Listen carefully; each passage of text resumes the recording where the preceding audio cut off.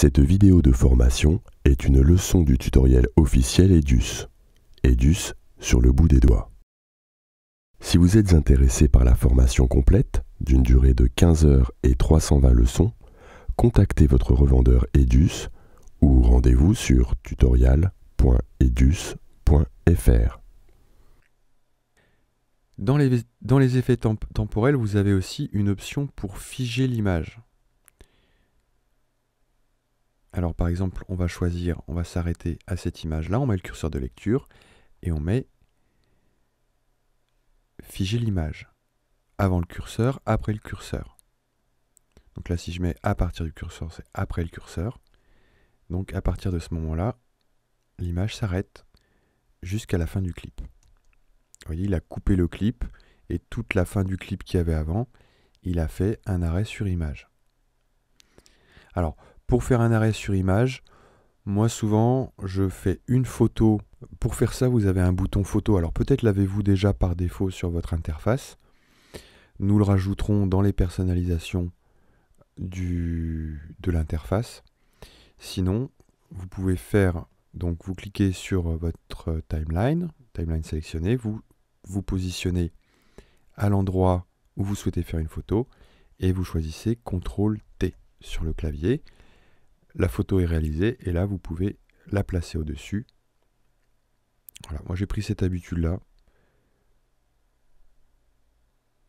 Donc on va revenir rapidement sur l'arrêt sur image. Effet temporel, figer l'image, vous pouvez configurer. Donc activer l'image figée en entrée ou en sortie. Et pour finir, alors on va choisir, voilà, on va prendre celui-ci. Vous avez un autre outil temporel qui s'appelle le remappage temporel. Le remappage temporel vous permet de faire progresser votre ralenti de façon fluide. En effet, rien ne vous empêche, pour passer d'une vitesse normale à un ralenti, de faire un cut sur votre timeline au moment où vous voulez faire un ralenti et de faire le clip suivant ou le clip précédent au ralenti ou en accéléré. C'est vrai qu'on n'a pas vu beaucoup d'accéléré jusque-là. Il suffit pour accélérer un clip, il suffit de mettre la vitesse au-dessus de 100%, moins par exemple 250% si vous voulez accélérer et que le déroulement du clip soit en arrière, plus 250% si vous voulez accélérer la vitesse du clip dans le sens normal. Mais ici, vous pouvez créer des points clés et faire que le ralenti ou l'accéléré soit progressif. Pour l'instant, vous avez une ligne verte, c'est-à-dire que ici, tout est à 100% de la vitesse normale. En bas, vous avez votre clip d'origine. Donc, par exemple, on va choisir une vitesse normale jusqu'à cet endroit-là. Donc là, je vais créer un point clé. Et ensuite, je voudrais un ralenti jusque là. Donc, nous avons créé des points clés qui sont reliés à leur point d'origine sur la timeline. Maintenant, je veux que ce soit ralenti entre ces deux points-là. Donc là, je vais écarter ce point-là de celui-ci afin que la vitesse ici reste à 100%. Si je touche ce point-là, la vitesse ici ne sera plus à 100%. Je m'explique. Hop, j'écarte le temps. Vous voyez, la ligne verte a disparu. Donc la vitesse n'est plus égale à 100% entre ces deux points. Ici, par contre, vous voyez, Edus s'est arrangé pour garder la vitesse à 100% entre ces deux points.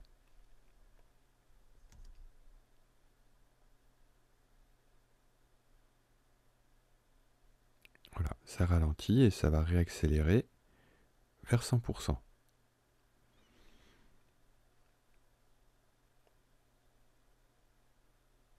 Si maintenant, parce qu'on peut aussi écarter les points d'en bas, si j'écarte le point d'en bas pour le remettre à son point de fin, vous avez vous allez avoir une réaccélération. Vous voyez? Pourquoi? Parce que ces deux points-là sont plus près que ces deux points-là. Donc ici, on accélère. Ici, on ralentit. On a écarté les points. Ici, on accélère. Vous avez aussi la possibilité de choisir. Ici, en faisant clic droit sur un point, vous pouvez choisir une vitesse linéaire et du coup, saisir la vitesse que vous souhaitez. Si maintenant je fais ici linéaire, vous voyez, le point clé a changé et je peux changer la vitesse. Et si je mets à 100%, eh bien le point clé automatiquement derrière se ramène. Forcément, il faut bien compenser. Ça vous permet de mettre des points fixes de vitesse sur votre effet temporel. Vous disposez des options de champ en bas de la même façon.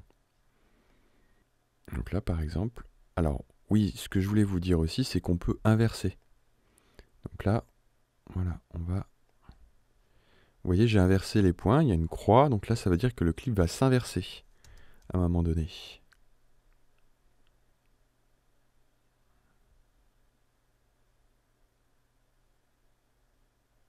Donc le remappage temporel est un outil à la fois créatif et intéressant pour faire évoluer vos ralentis ou vos accélérés en douceur. Alors maintenant, concernant les options de vitesse de défilement de clip, en accéléré ou en ralenti, et le flux optique, je tiens aussi à vous parler des nouveautés qui sont apparues depuis la version EDUS 9.30.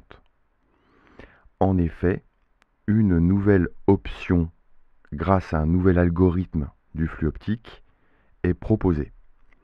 Alors vous pouvez toujours, alors là on a un ralenti à 12% qui est réglé par défaut. Je vous rappelle que nous sommes sur un projet en 50i. Donc nous allons voir les réglages par défaut, effet temporel, vitesse, option de champ, et nous voyons que par défaut nous sommes en mélange d'images. Testons voisin le plus proche. Nous avons une image plus nette, mais beaucoup plus saccadée. Vous avez peut-être rapidement aperçu, dans les options de champ, que nous avons toujours le flux optique, mais en dessous, deux nouvelles options sont apparues depuis cette version 9.30. Alors, si je coche flux optique sans rien toucher d'autre, je vais me retrouver avec l'algorithme qui était utilisé auparavant.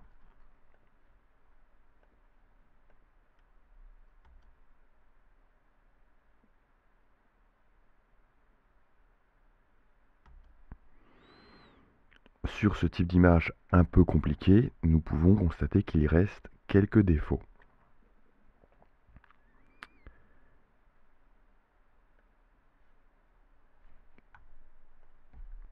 Maintenant, nous avons, avec cet ancien algorithme, la possibilité de choisir différentes qualités, qualité moyenne, haute qualité ou qualité supérieure. Ici, nous sommes toujours sur l'ancien algorithme. Alors, évidemment, plus vous montez en qualité, plus la puissance de calcul requise est importante.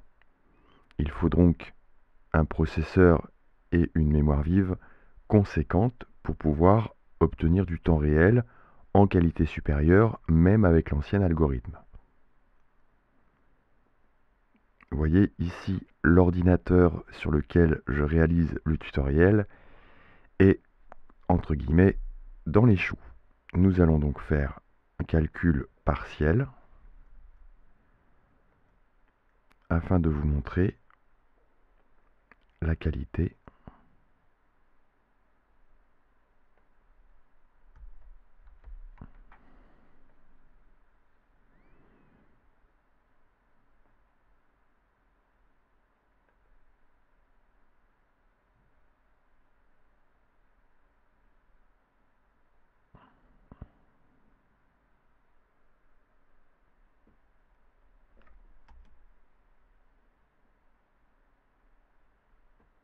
Mais on voit notamment qu'on a déjà une amélioration sur les ailes ici qui se croisent. Maintenant, je retourne dans l'effet vitesse avec le raccourci clavier Alt plus E, option de champ, et je vais choisir personnaliser et bien cocher la case correspondance avancée qui déclenche en fait la nouvelle méthode de calcul, le nouvel algorithme inséré dans Edus depuis la 9.3. Et ici c'est pareil, on a à peu près les mêmes options que ici, vitesse rapide, moyenne, haute qualité, qualité supérieure, mais cette fois-ci sur un petit slider. Donc la plus basse étant à gauche, la qualité la plus élevée étant à droite. Il faut savoir que à chaque fois, le temps de calcul forcément augmente. Vous pouvez facilement avoir du temps réel sur cette option.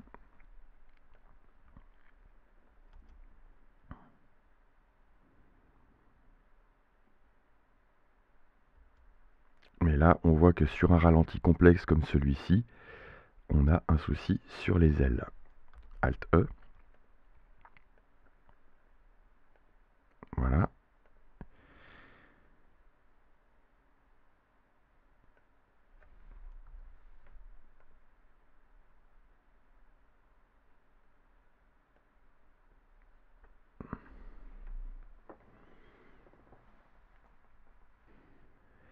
Et donc, voici le résultat suite au calcul avec le nouvel algorithme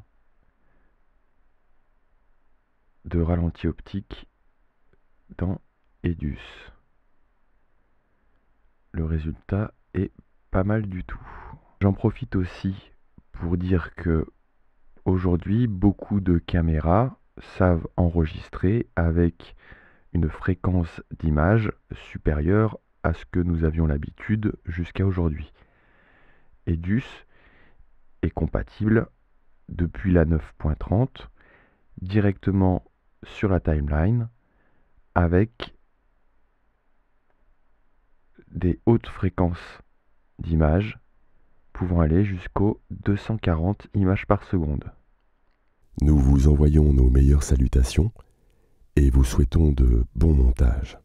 Votre équipe, edus.fr.